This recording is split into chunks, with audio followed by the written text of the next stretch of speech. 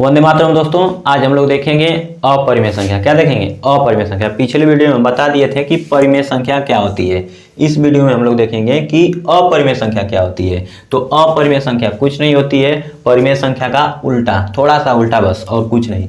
जैसे कि हम कह दिए कि ऐसी संख्या जो भिन्न के रूप में बनाई जा सकती हो, लेकिन इस प्रकार नहीं बनाई जा सकती हो कि उसका अंश और हर दोनों पूर्णांक हों। जैसे हम यहाँ पर लिख रहे हैं कुछ अंक, उससे समझ जाना। अच्छा, परिभाषा पहले लिख दे रहे हैं तो परिभाषा नोट कर लेना। ऐसी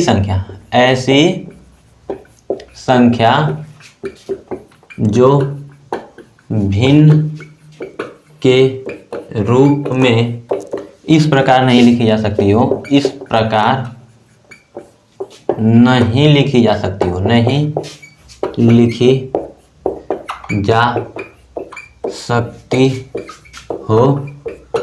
ऐसी संख्या जो भिन्न के रूप में इस प्रकार नहीं लिखी जा सकती हो कि अंश और हर दोनों पूर्णांक हों, कि अंश और हर दोनों पूर्णांक हों और हर कभी जीरो ना हो, हर कभी शून्य न हो, अपरिमेय संख्या कहलाती है। अपरिमेय संख्या कहलाती है।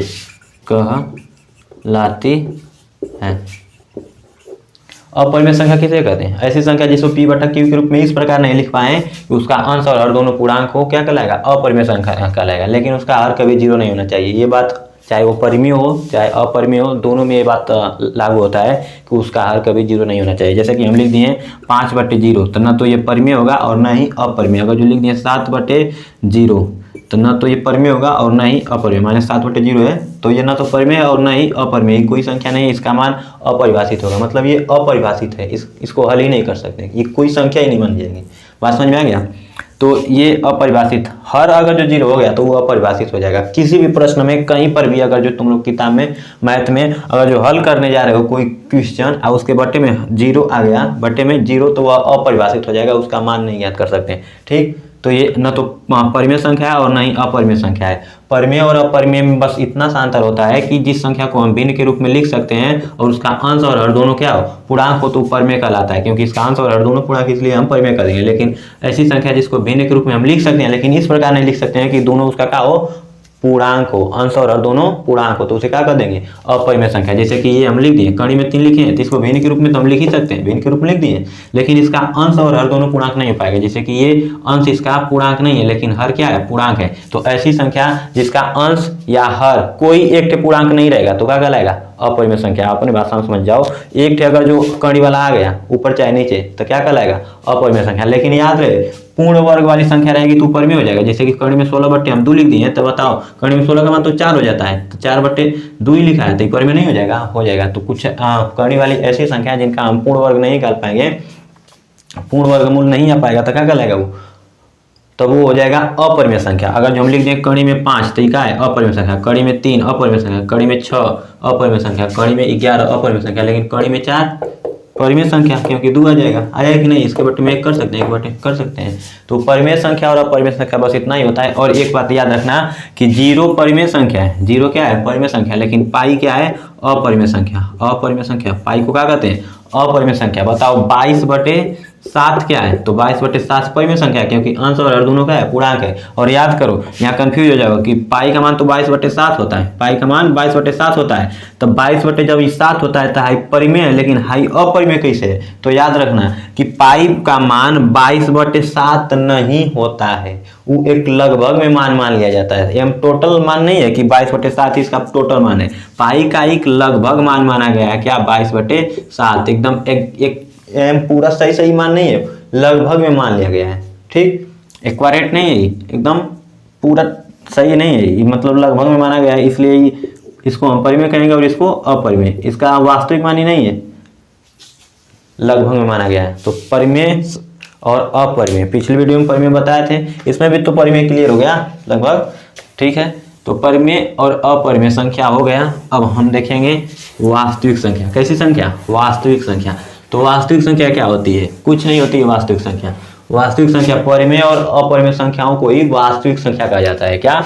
वास्तविक संख्या। वास्तविक संख्या, वास्तविक संख्या किसे कहते हैं? तो परिमेय और अपरिमेय संख्याओं को ही वास्तविक संख्या कहते हैं। ठीक ना, परिभाषा यही रहेगी। परिमेय तथा अपरिमेय संख्याओं को ही क्या कहा जाता है? वास्तविक संख्या। अगर जो हम परिमेय संख्या लिख दें तब वो वास्तविक होगा, अपरिमेय संख्या लिख देंगे तब वो वास्तविक होगा। जैसे कि हम लिख दें 3/2 तो ये परिमेय है, तो परिमेय तो वास्तविक भी होगा, कौन बात नहीं है। अपरिमेय कड़ी में 3 अपरिमेय, तब वो वास्तविक रहेगा। यानी कि चाहे तुम परिमेय संख्या लिख दो चाहे अपरिमेय संख्या लिख दो, सब क्या रहेगा? वास्तविक संख्या। तो हम कह सकते हैं कि वास्तविक संख्या में दो भाग होता है, एक होता है परिमेय और एक होता है अपरिमेय। परिमेय और अपरिमेय। अपरिमेय मतलब कि जो वास्तविक संख्या होती है उसमें दोनों आ जाता है, परिमेय संख्या भी और अपरिमेय संख्या भी। हम चाहे परिमेय संख्या लिखें चाहे अपरिमेय संख्या लिखें, वो तो वास्तविक संख्या में चला ही जाएगा। तो इसमें 3 ठे कथन 4 ठे कथन पूछेगा कि कौन कथन सही है, तो तुम लोग को बताना होगा। हम लिख रहे हैं और बोल भी रहे हैं। पहला कथन ध्यान से सुनो। सभी परिमेय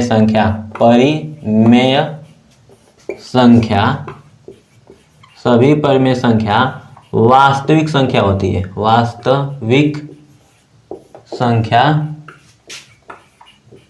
होती है। बताओ ये कथन सही है कि गलत? सभी परिमेय संख्या वास्तविक संख्या होती है, सही है कि गलत? तो ध्यान से इधर देखो, हम क्या पढ़े हैं? वास्तविक संख्या। क्या पढ़े हैं? वास्तविक संख्या दो प्रकार की होती है, एक होती है परिमेय, क्या? परिमेय, और एक होती है अपरिमेय। याद रहेगा कि नहीं? एक परिमेय होता है, एक अपरिमेय होता है। चाहे हम परिमेय लिखें चाहे अपरिमेय, दोनों तो वास्तविक होगा कि नहीं? यहाँ क्या लिखा गया है कि सभी परिमेय संख्या वास्तविक संख्या होती है।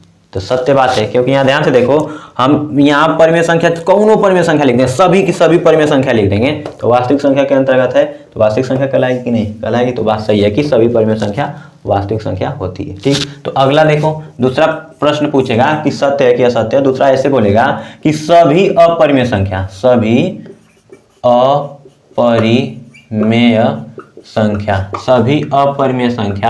वास्तविक संख्या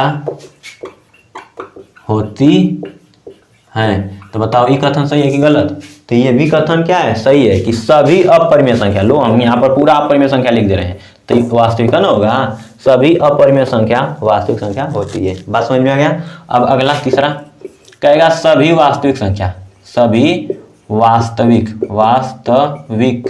ये प्रश्नावली का सवाल है, नोट करते रहना। सभी वास्तविक संख्या परिमेय संख्या होती हैं।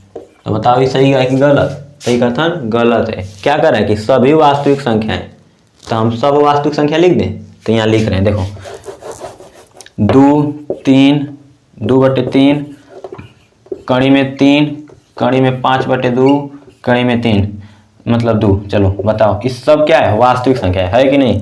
सब वास्तविक संख्या है ना। आकर आए सभी वास्तविक संख्या परिमेय संख्या होती हैं। क्या होती है? परिमेय संख्या। तो सभी वास्तविक संख्या परिमेय भी है अपरिमेय भी है, तो गलत नहीं हो गया? परिमेय नहीं हो सकता, सभी परिमेय संख्या नहीं हो सकती, तो ये कथन क्या है? असत्य। उसी तरह से चौथा देखो, सभी वास्तविक संख्या अपरिमेय संख्या होती हैं। बताओ ये भी सही है गलत? तो ये भी कथन गलत है। सभी वास्तविक संख्याएं अपरिमेय संख्या नहीं हो सकती हैं, क्योंकि वास्तविक संख्याओं में अपरिमेय और परिमेय दोनों आ जाता है, केवल अपरिमेय नहीं आएगा। अब यहाँ ध्यान से सुनो, यहाँ जो हम सभी लिखे हैं वहाँ प्रत्येक भी कह सकता है। क्या कह सकता है? प्रत्येक परिमेय संख्या वास्तविक संख्या होती है। सभी की जगह यहाँ वो प्रत्येक कह देगा, ठीक ना। प्रत्येक अपरिमेय संख्या वास्तविक संख्या होती है, लेकिन आंसर तो सेम वही रहेगा जो हम बताएं, कौन सत्य कौन असत्य। तो बताओ प्रत्येक परिमेय संख्या वास्तविक संख्या होती है, सही है कि गलत? तो गलत। प्रत्येक परिमेय संख्या वास्तविक संख्या सही है। प्रत्येक परिमेय संख्या वास्तविक संख्या होती है। सही बात कर रहे हैं। प्रत्येक परिमेय संख्या क्या होती है? वास्तविक संख्या होती है। बात करता हूँ, प्रत्येक अपरिमेय संख्या वास्तविक संख्या होती है। सही बात है। कौन अपरिमेय संख्या लेंगे? वास्तविक संख्या ही होगा। प्रत्येक वास्तविक संख्या परिमेय संख्या होती है, तो ये कथन गलत है, क्योंकि वास्तविक संख्या में परिमेय और अपरिमेय दोनों आ जाता है। इसी तरह से ये वाला भी गलत है। ठीक, तो आज के लिए इतना रहने देते हैं। अब इसके अगले वीडियो में जब हम आएंगे तो हम बताएंगे तुम लोगों की कड़ी में 3 को संख्या रेखा पर कैसे दर्शाया जाता है। कड़ी में 3 को कहाँ दर्शाएंगे? संख्या रेखा पर। कड़ी में 5 को, मतलब कि अपरिमेय संख्याओं को संख्या रेखा पर कैसे दर्शाते हैं। क्योंकि तुम लोग जान रहे हो कि परिमेय संख्याओं को संख्या रेखा पर कैसे दर्शाते हैं। जैसे कि हम कह देंगे कि 2, बताओ 2 परिमेय संख्या है ना, तो 2 को हम संख्या रेखा पर कैसे दर्शाएंगे? तो हमें पता है 2 को कैसे दर्शाएंगे। संख्या रेखा बना लेते हैं। ये 0, 1, 2, 3, 4, तो हमको 2 को दर्शाना है, तो 0 से उठा के कहाँ तक लेकर जाएंगे? 2 तक। तो हम संख्या रेखा पर 2 को दर्शा देंगे कि नहीं? अगर जो कह देगा कि 5 को संख्या रेखा पर दर्शाओ, तो कुछ नहीं करेंगे, फिर 5 तक पढ़ देंगे। 5 तक हो गया कि नहीं? अब 0 उठाएंगे, अब 5 पे ले जाकर रख देंगे, तो क्या हो गया?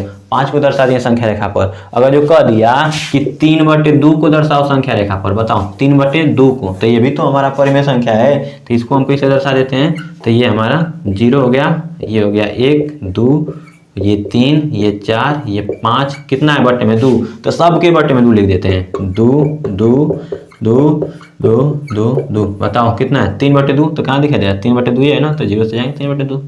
तो ऐसे हम परिमेय संख्याओं को दर्शा सकते हैं। किस पर? संख्या रेखा पर। अब हमें अपरिमेय संख्या को दर्शाना होगा, जो कि हम अगले वीडियो में देखेंगे। तो यहाँ हम तुम लोगों को कुछ होमवर्क दे रहे हैं परिमेय संख्याओं को संख्या रेखा पर दर्शाने के लिए, उसको तुम लोग कर लेना। चलो देखो, पहला क्वेश्चन है 3 को दर्शाना होगा कहाँ पे? संख्या रेखा पर। दूसरा क्वेश्चन है -5 को दर्शाओ संख्या रेखा पर। तीसरा क्वेश्चन है -7 को दर्शाओ संख्या रेखा पर। चौथा क्वेश्चन है 3/8 को दर्शाओ संख्या रेखा पर। चौथा के बाद 5वां क्वेश्चन है 7/2 को दर्शाओ संख्या रेखा पर। और 6वां क्वेश्चन है 9/5 को दर्शाओ संख्या रेखा पर। चलो एक हम बता देते हैं माइनस वाला। ठीक, माइनस वाला जैसे कि हम कह दिए -2 को संख्या रेखा पर दर्शाओ, तो बताओ संख्या रेखा यही ना होती है, एक रेखा होती है, और उसमें हम संख्याओं को दर्शा देते हैं। यहाँ 0 है, तो इधर वाला सब क्या रहेगा? माइनस, मतलब गिनती इस पर भी, उधर भी, इधर भी।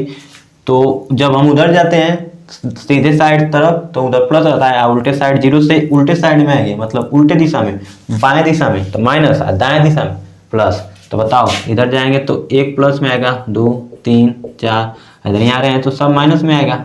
तो बताओ -2 दर्शाना है, तो 0 से माइनस की ओर आ जाएंगे, 2 हो गया, -2 दर्शा दिए। तो ऐसे दर्शाना है। ये सब तुम लोग संख्या रेखा पर इतना दर्शा लेना। अगले वीडियो में देखेंगे कड़ी वाले को दर्शाना संख्या रेखा पर। तो आज के लिए इतना रहने देते हैं।